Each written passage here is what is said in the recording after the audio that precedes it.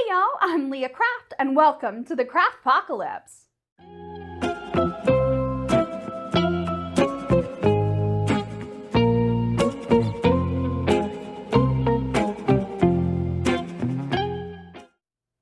Welcome to week 1 of my year-long crafting journey. If you have no idea what I'm talking about and want a little exposition, I'll leave the link to my channel intro in the description below. This week, I'm going to be crafting a miniature scene from one of my favorite fairy tales of all time, Aschenputtel. Now would also probably be a good time to note, most of the stories I'll be telling on this channel weren't originally written in English. I'm going to do my best with pronouncing titles, but y'all, I took 3 years of Latin in high school, and the ancient Romans weren't around to criticize our pronunciation. So I'm a little rusty in the language department, and if I mess it up, I totally apologize. Anyway, Aschenputtel is essentially the Grimm brothers' version of the Cinderella story. I'm particularly attached to this version of the story because as a little baby Craftpocalypse, my grandmother bought me a VHS copy of an East German musical production of Aschenputtel from 1955. That was dubbed very poorly into English in 1966. So of course I was obsessed with it. There were ball gowns and magic trees and talking birds, a total dream for a 5-year-old. And yes, I'm going to link a copy of the movie in the description because some glorious human being uploaded it to YouTube for your viewing pleasure. You are welcome. Anyway, I'm going to get into the crafting and tell you the whole story while you watch, and we will meet back here and discuss the final project. Once upon a time, there was a very rich man who had a wife and daughter. The wife became chronically ill and knew that she was getting close to the end of her life, so she called her daughter into her sick room to give a final bit of motherly advice. She said, "Dear child, be good and pious and kind, and the good God will always protect you, and I will look down on you from heaven and be near you." A bit heavy-handed if you ask me, but you do you, sis. But after she delivered this final advice, she closed her eyes and departed this mortal plane. Every day after her mother's death, the poor daughter went to her mother's grave and wept. And she took to heart her mother's last words and stayed good and kind and pious. A few months passed, and the fall became winter, and the winter became spring, and the very rich man decided it was time to get back out on the market and find himself a new bride. The woman he married had 2 daughters of her own, who were beautiful and fair of face, but vile and black of heart. Ugh, that's the best line in any fairy tale that I've ever read. It's great. Anyway, sorry. Unfortunately, she didn't care for the stepdaughter at all, and did everything that she could to make this poor girl miserable. The stepfamily refused to let the girl socialize with them in the parlor, and instead took her gorgeous clothes away from her, put her in old grungy rags, and forced her to work in the kitchens. She got up before sunrise each day to fetch water, light fires, cook, and wash. The stepsisters did everything they could to make her life harder, and regularly tossed her peas and lentils into the ashes of the fireplace, so she was forced to sit in the cinders to pick them out. She was so tired by the end of each day that she fell asleep by the hearth in the cinders. Because of this abuse, she was always dirty and dusty, so her stepsisters started calling her Aschenputtel, or Cinderella. A few months into this terrible new life, Cinderella's father decided to go to the country fair. He asked the stepsisters what he should bring back for them, and they of course asked for the most lavish dresses and jewels that he could find. He asked Cinderella what he could bring her, and she asked only for him to bring home a branch of the first tree that brushed his hat on his way home. I mean, weird request, girl, but I guess Amazon Prime wasn't a thing, so, okay. But whatever. Back to the story. So, the father went to the fair and brought all the dresses and jewels he could carry back for the stepdaughters. On his way home, he was riding through a thick stretch of woods, and a hazel tree branch knocked off his hat. He suddenly remembered Cinderella and broke off the branch and took it with him. When he got home, the sisters greedily took their presents from the father. Cinderella thanked her father for her branch, and she went to her mother's grave. There she planted the hazel branch, and wept so hard that the branch was watered by her tears. She tended this little branch so well that it grew and became a lovely little tree.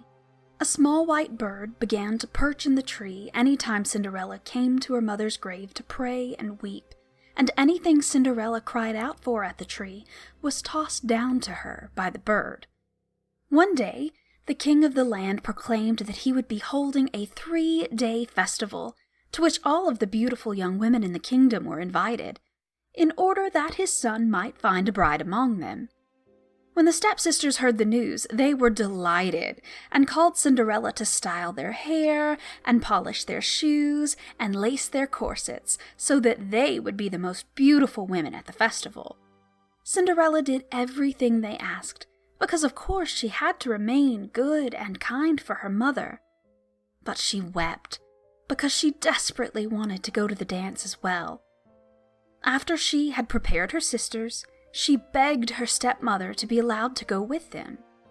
The stepmother said, "You go, Cinderella, covered in dust and dirt as you are, and would go to the festival? You have no clothes and no shoes, and yet would dance?" But Cinderella would not be deterred from her desires and kept asking. So the stepmother said at last, "I have emptied a dish of lentils into the ashes for you. If you pick them out again in 2 hours' time, you may go with us." Okay, side note. Look, girl, a good sieve and 10 minutes could really save you all the effort you are about to go through, but I guess that's not magical enough for the Grimm brothers, and there aren't enough wild animals helping out, so I guess let's continue. Cinderella was faced with an impossible task, but she was not to be deterred.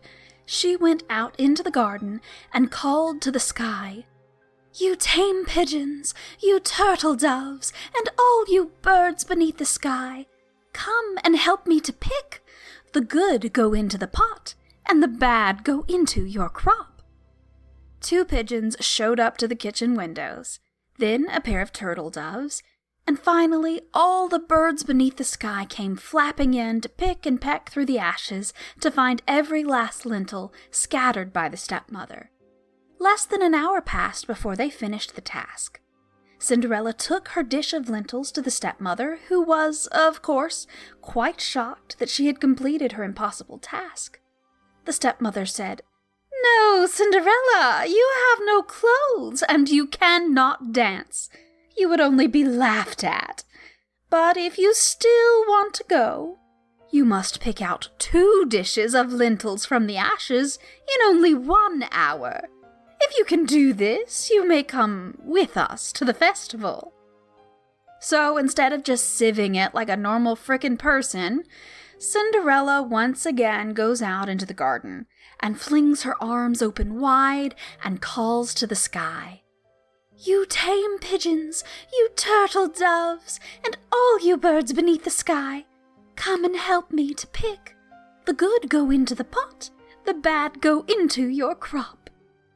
2 pigeons showed up to the kitchen windows, then a pair of turtle doves, and finally all the birds beneath the sky came flapping in to peck and pick through the ashes to find every last lentil scattered by the stepmother. Less than an hour passed before they finished the task. Cinderella took her 2 dishes of lentils to her stepmother, fully expecting to be allowed to go to the festival. But of course the stepmother once again rejected her and hurried into the carriage with her daughters. Cinderella was heartbroken and went to cry at her mother's grave beneath the hazel tree. As she cried, she sang to the tree, "Shiver and quiver, little tree, silver and gold throw down on me." The white bird from the tree threw a gold and silver gown down to her, along with slippers embroidered with silk and silver threads. Seeing the lovely dress, she dressed hurriedly and went off to the festival. Her stepsisters and stepmother didn't recognize her when she showed up to the party, and because she was so richly dressed, everyone assumed she was a foreign princess. The prince laid eyes on Cinderella and chose her as his partner for the evening, refusing to dance with any other lady. She danced late into the evening, but when it was time to leave, the prince insisted on taking her home because he wanted to know which family she belonged to. I mean, he could have just asked her, but sure, a little light stalking is fine. But as they passed Cinderella's home, she managed to slip away from him and into the pigeon house. The prince was flummoxed by this behavior and decided to wait at the home until Cinderella's father showed up. The prince explained that his dance partner had jumped into the pigeon house on his property.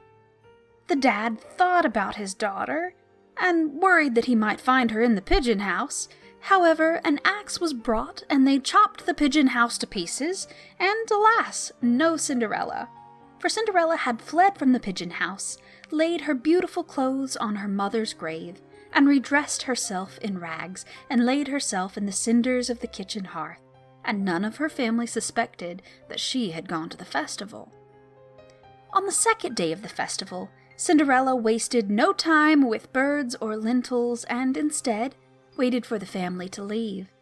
Once they were gone, she went to her mother's grave and sang to the bird in the hazel tree. Shiver and quiver, little tree, silver and gold throw down on me. And the bird, who clearly had an excellent fashion sense, threw down an even more gorgeous dress than the previous day. When she appeared at the festival in the gown, everyone was astonished at her beauty. The prince was waiting for her at the entrance and immediately took her for his dance partner and danced with no other ladies. They danced late into the evening, and when it was time to leave, the prince once again followed her home because he wanted to see which family she belonged to. But once again, she sprang away from him into the orchard behind the home. She scampered up a pear tree and out of sight of the prince. He waited once more for the father to return home and explained to him on arrival that his date for the evening had fled from him up the pear tree. The father thought again of Cinderella, but put it from his mind and called for an axe to fell the tree. But when the tree was cut, there was no one in the branches, for Cinderella was an excellent climber, even in a ball gown, and had leapt down from the opposite side of the tree, and as usual, had left her finery on her mother's grave, and redressed herself in rags, and laid herself in the ashes of the kitchen hearth. On the third day of the festival, Cinderella went to her mother's grave for a third time, and sang again to the hazel tree's little couture bird. Shiver and quiver, little tree, silver and gold throw down on me. And the bird threw down the most beautiful gown she had ever seen. And the slippers that came with the dress were solid gold. When she arrived at the festival in the gown, she was so magnificent that her beauty awed people into silence. The prince once again chose her as his partner and refused to dance with anyone but her. They danced late into the night, but when it was time to leave, the prince was finally prepared for her stealthy getaway skills. He had asked several servants to spread pitch all down the staircase in order to stick her in place to keep her from leaving, which is a little possessive if you ask me, but okay. Cinderella managed to get away from the sticky trap, however, but the pitch stuck one of her golden slippers to the staircase, and she fled without it. The prince found the slipper and devised a plan. The next morning, the prince took the slipper to the home of Cinderella's father, and proclaimed that he would marry only the maiden whose foot fit the slipper, which is a weird metric for selecting a bride if you ask me, but fine. The stepsisters were thrilled, because they both had dainty small feet, and must surely fit the delicate shoe. However, when the eldest daughter went into her room to try on the shoe, she found the shoe was far too small to fit her big toe. Her mother, desperate to have a daughter marry royalty, gave the stepsister a knife, and told her to cut it off, because when she became queen, she would have no need to go anywhere on foot. The daughter sliced off the toe and shoved the bloody stump into the golden slipper. She smoothed the pain from her face and went out to the prince. Upon seeing the shoe on her foot, he placed her on his horse as his bride and rode away with her. On the way down the lane, they passed the hazel tree, and 2 pigeons cried out to the prince, turn and peep, there's blood within the shoe. The shoe, it is too small for her. The true bride waits for you." The prince looked down at her foot and saw the blood streaming from the golden slipper. He turned the horse around and took the stepsister home again. The younger stepsister took her turn with the shoe, hopefully after washing it out. She went into her own bedroom and easily slipped her toes into the shoe. However, her heel was far too large to squeeze into the tiny slipper. The stepmother, still desperate to have her daughter marry royalty, gave her daughter a knife and told her to cut it off, because when she became queen she would have no need to go anywhere on foot. So she sliced off her heel and shoved the bloody stump into the golden slipper. She smoothed the pain from her face and went out to the prince. Upon seeing the shoe on her foot, he placed her on his horse as his bride and rode away with her. On their way down the lane, they passed the hazel tree, and 2 pigeons cried out to the prince, turn and peep, there's blood within the shoe. The shoe, it is too small for her. The true bride waits for you." The prince looked down at her foot and saw blood streaming from the golden slipper. He turned the horse around and took the stepsister home again. He said to the father, "This is not the true bride either. Have you no other daughter?" And the father replied that he did not, but that he did have a scullery maid that his late wife left behind, but there was no way she could be the bride. The prince demanded to see her, but the stepmother protested that she was far too dirty to be seen by the prince. But he insisted, and Cinderella was called to the parlor. Cinderella first cleaned herself, then went to the parlor and bowed down before the prince, who placed the golden shoe in her hands. She seated herself on a stool and slipped her dainty foot out of her wooden clog and into the golden slipper, which once again I hope was sanitized. The shoe fit perfectly, and when she stood up, the prince looked upon her face and recognized her as his dance partner from the festival. He declared, "She is the true bride." The stepfamily was horrified and became pale with rage. This did not deter the prince, as he placed her on the back of his horse and rode to the hazel tree. The birds cried out to the prince, turn and peep, no blood is in the shoe. The shoe is not too small for her. The true bride rides with you." The birds flew from the tree and lighted on Cinderella, one on each of her shoulders, and remained there. When the wedding day came, the stepsisters came in order to gain favor with Cinderella and to share in her good fortune. They followed behind the couple on the way to the church.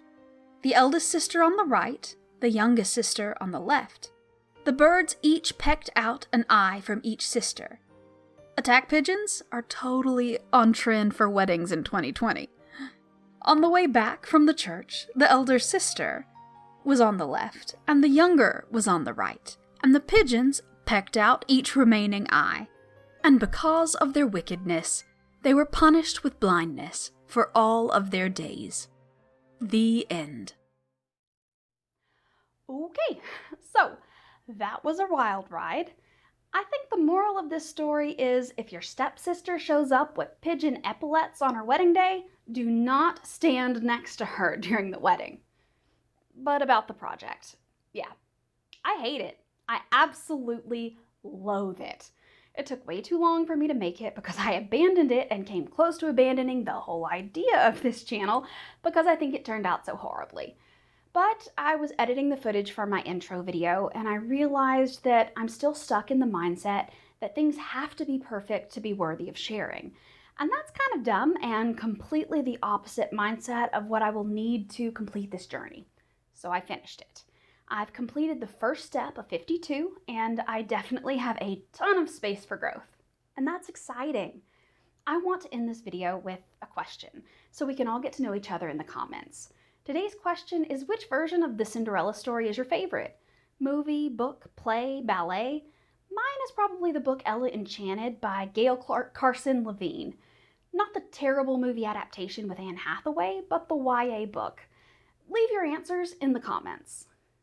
So, if you enjoyed this video and would like to see my growth over the next year, subscribe to my channel and like this video. Also, follow me on Twitter @Craftpocalypse and on Instagram, also @Craftpocalypse. I'm going to be posting a graphic each month announcing the stories I'm going to be crafting every week. If you want to craft along with me, please use the hashtag Craftpocalypse and hashtag craftalong so I can see your amazing fairy tale inspired arts, crafts, cocktails, dances, really anything that you're inspired to create. If people end up participating, I would like to feature community projects on the videos in the future. Bye, y'all!